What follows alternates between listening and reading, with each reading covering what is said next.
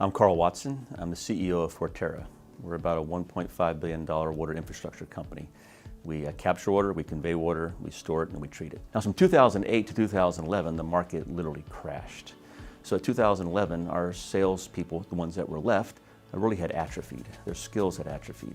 They really were a bit lost. So there was a group of people who came to me and said we needed sales training. We've gone through about 20 people. We've narrowed it down to 3. These are the 3, and this is why we'd like for you to interview them. And so the first 2, I was really quite a jerk to. I mean, I was asking very hard questions, putting them on the spot, and quite frankly, they didn't really perform that well.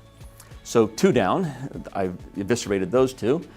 Last one to go, oh, these guys, I know I don't like these guys. I'm gonna take care of this. And so Michael Norton and Dave Mattson came in, and I proceeded to be the jerk that I was being. And every time I would say something, Norton or Mattson would reverse me. And every time I would say something, they would ask me a deeper question. And they were uncovering pain that I didn't even know I had. I didn't know what pain was at the time. But about halfway through, and they were probably there for 2, maybe 2.5 hours, halfway through, I almost had an out-of-body experience, like, I can't believe this is happening to me. I'm losing this argument. And once again, sort of feel like I'm being backed in the corner, but never felt manipulated in any way, shape, or form. But I was just amazed at what was happening. So I'm thinking, if they can do this to somebody who's so virulently anti-sales training and almost turning me around within a 2.5 period of time, I said, this is the group I want to work with. And so at the end, we all voted, and it was an overwhelming vote of confidence at Sandler. There's a great example of a gentleman who sort of had a road to Damascus conversion.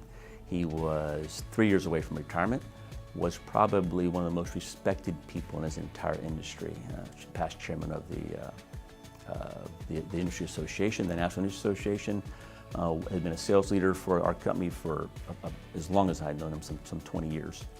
And going through this process, he completely changed the way he managed himself, the way he managed his sales team, how he trained his sales team, what he expected from his sales team. And that group's earnings increased at probably 3 times the rate that it had a couple years before that. And so it was a better market. There's no doubt about it. Coming out of 2011, the market got better. But that kind of oversized improvement just wasn't by accident. It was because he changed, because he adopted the standard methodology pretty much from Genesis to Revelations. Sandler gave our guys sort of their fighting spirit back, because from 2008 to 2011, they were so demoralized by just prices and volumes. There was a falling knife. You just couldn't catch it. You couldn't stop it. That the relationships with customers had fundamentally changed. Back in 2005, 6, 7, there was equal business stature because they needed us as much as we needed them. In 2011, it wasn't that way at all. It wasn't that way at all. And we've sort of had lost our mojo.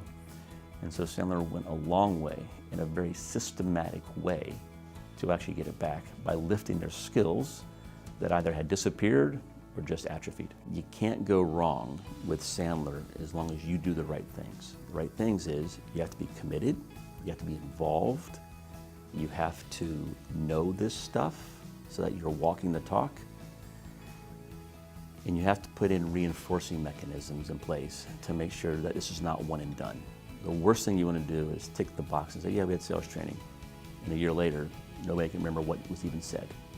This has to be an ongoing, systematic, ever-increasing skill level that you expect, you demonstrate, and you reward.